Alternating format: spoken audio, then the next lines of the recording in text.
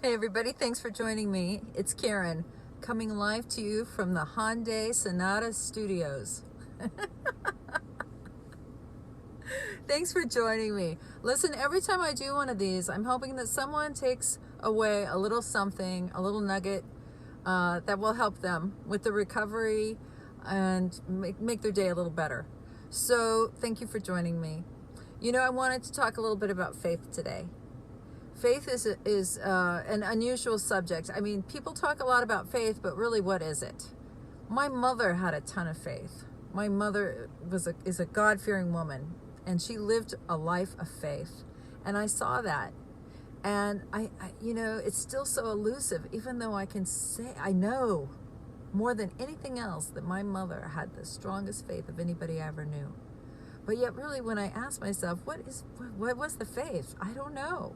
She had a belief, a knowing that her life and everything, she was depending on God. She had a dependence on her higher power that was greater than anybody I ever knew, still to this day. And so, that it's so hard then, because people say, well, have faith, have faith. What does that mean, have faith? Just believe, Believe? I mean, that is like impossible. I like to say I believe. I like to say I know that everything's okay and that everything's going to work out and God has a plan, or there's a plan in the universe.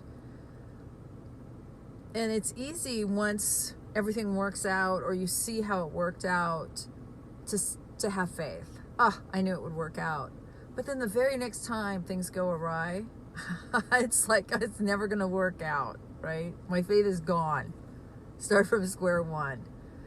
So coming to Alcoholics Anonymous, it's given me a better chance to learn about faith, because what it's given me is it's made me believe that faith is an action. It's not a belief. Maybe it's a belief, but you show your belief by action. Faith is an action word.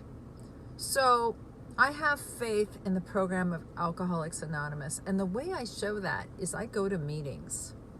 I show up, and every time I show up, that's showing some faith. Every time I pour coffee, take out the trash, put out the books, whatever my service work is, that's a sign of faith. I wouldn't be doing that if I didn't think it worked. I wouldn't be going there, and putting my time in if I didn't believe in it, right? And I believe in Alcoholics Anonymous. I do. And I have faith because of my experience that if I do the action, if I help other people, my life will be taken care of. I believe that. One of the reasons I believe that is because I don't have any other choice. I mean, that really makes it simple. When you're between a rock and a hard place, it's a little easier to have faith. When AA is the last house on the block and you don't have anywhere else to go, all of a sudden you got faith. And you know what? Sometimes that's what it takes. That's what it takes. It takes action.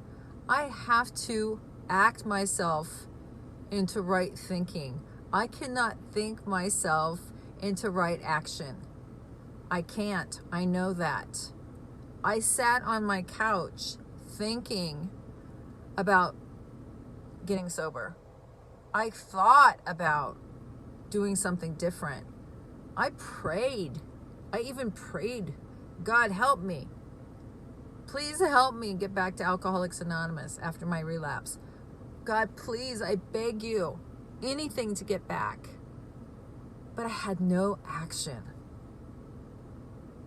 Prayer and action. That's what this program is about. Prayer and action. You can't just sit on your couch like I did, drinking Chardonnay, asking God for help. Nothing's going to happen, right? You have to take some action. You have to pray and take some action.